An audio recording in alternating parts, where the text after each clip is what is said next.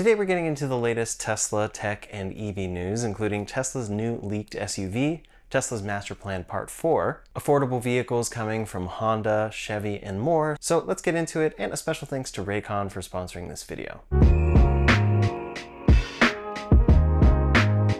First up today, Tesla officially has released their Master Plan Part 4 that has a very big emphasis on their plans for AI going forward. They posted a video about this and a long post about it on X, basically emphasizing that since founding, Tesla's North Star has been about sustainability without compromise.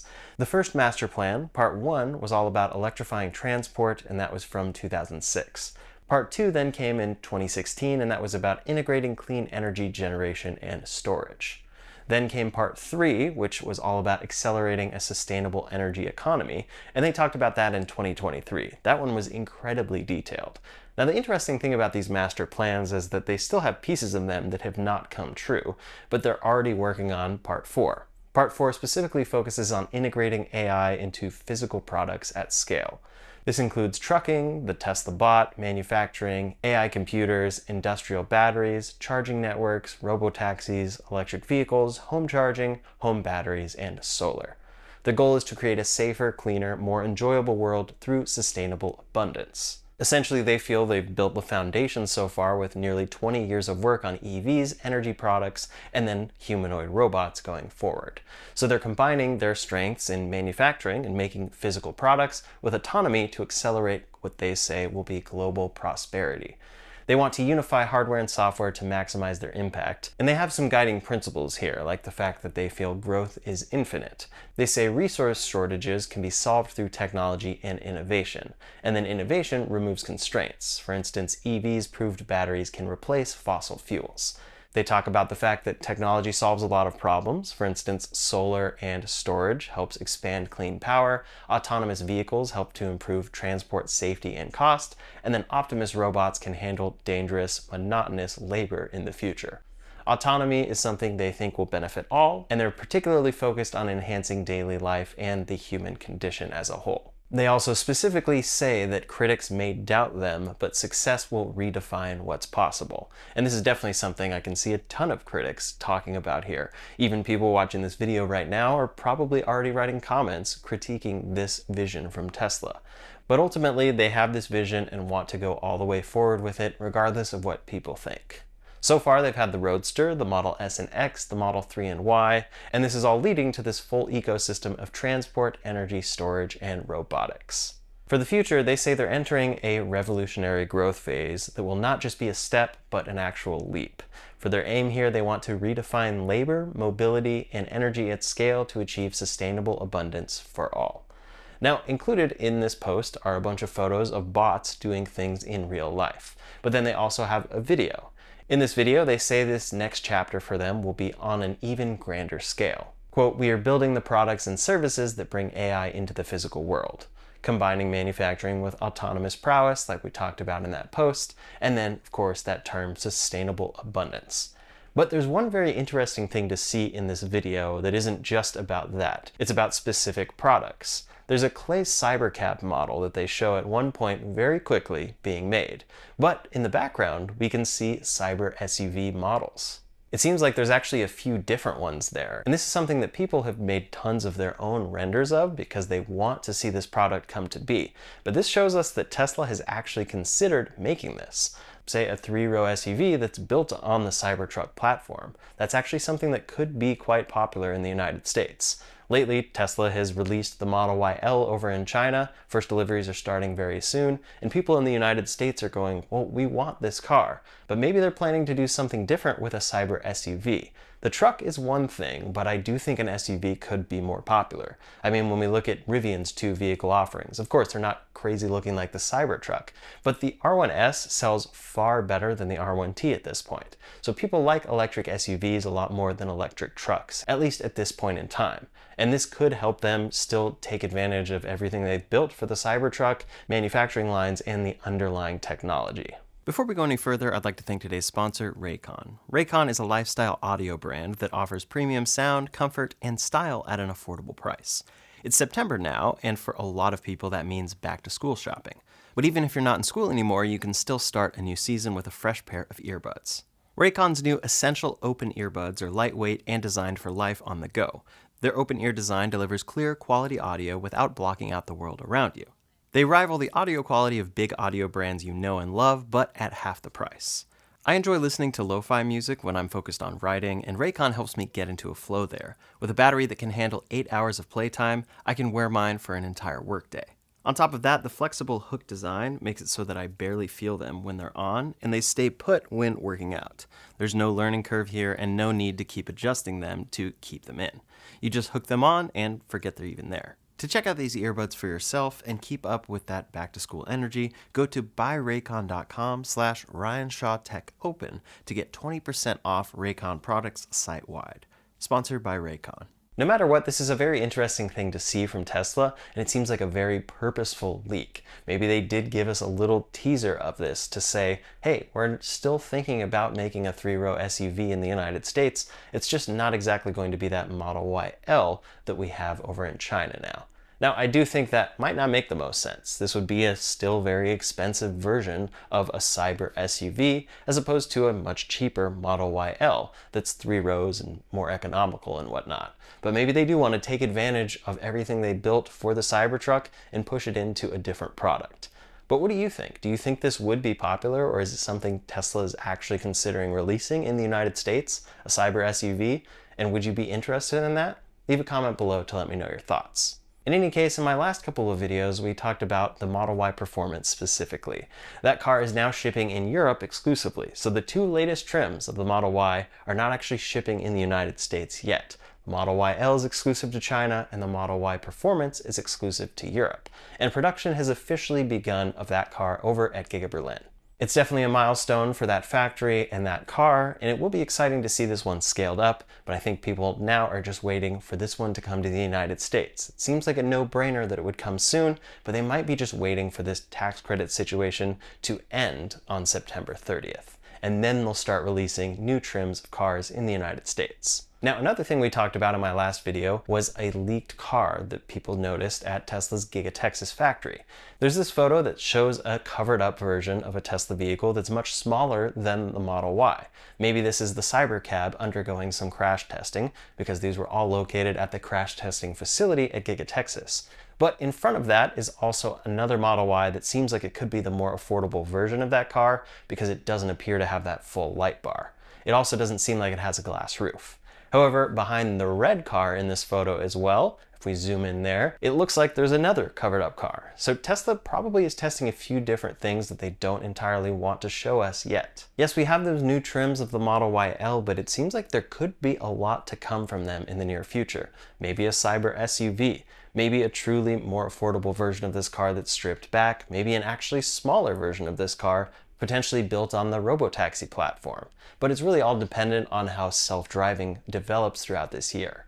For their future, we know that they're working on new designs, because in a recent interview, Franz von Holzhausen said, quote, "We've been working on a lot of future design language in the studio, and it will be emerging soon. I'm super excited about it." At this point, it's kind of felt like, well, we just got the Model S and X refreshed. The Cybertruck is definitely here. We've seen the Robotaxi, we have the new Model Y, and we have the refreshed Model 3 as of last year. What could come new from Tesla, and what exactly is he talking about here?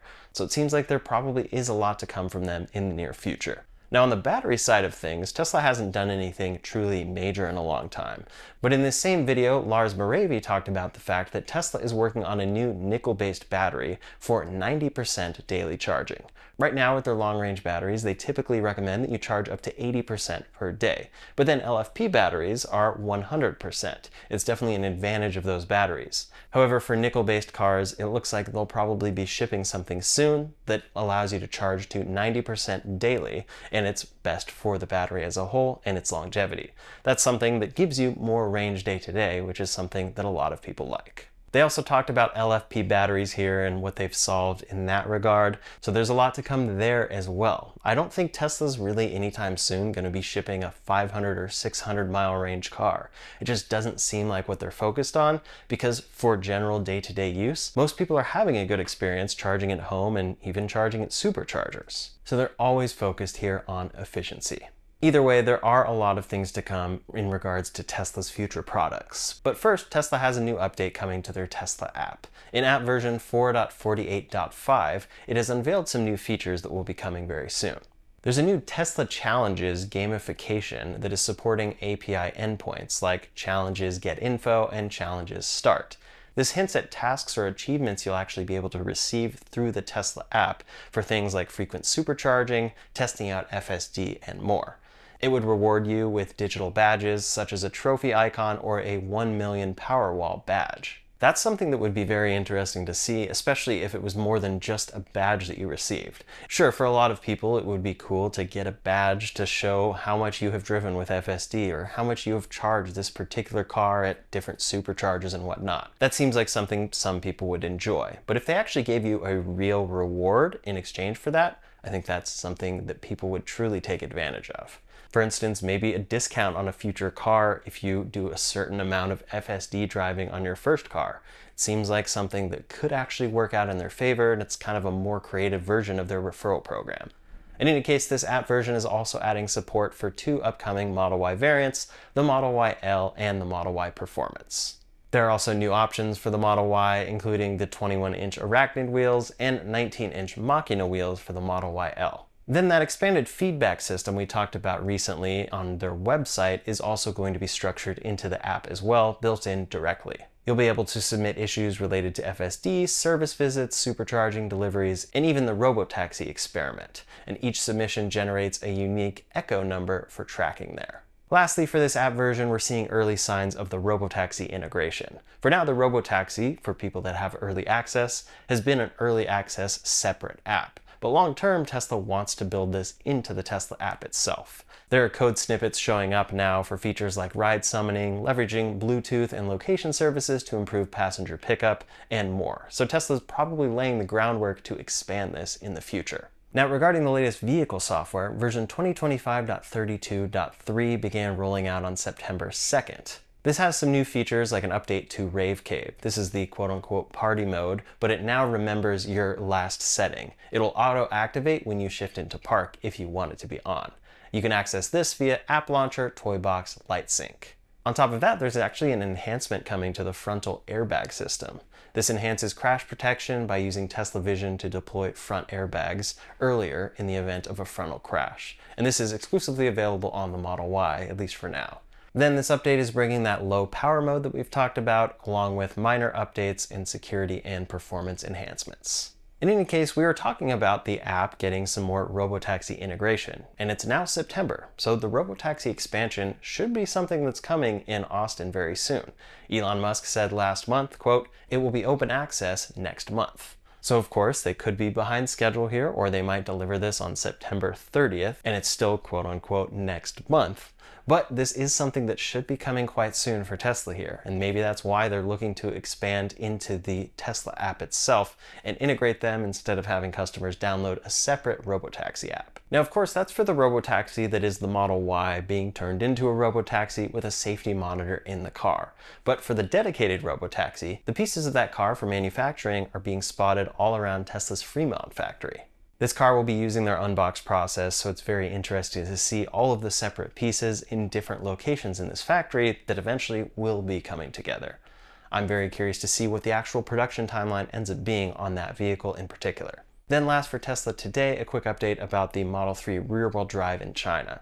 That's the longest range version of the Model 3 that just launched in China for the first time, and it's already seen its first price cut. They have dropped the price by about $1,400.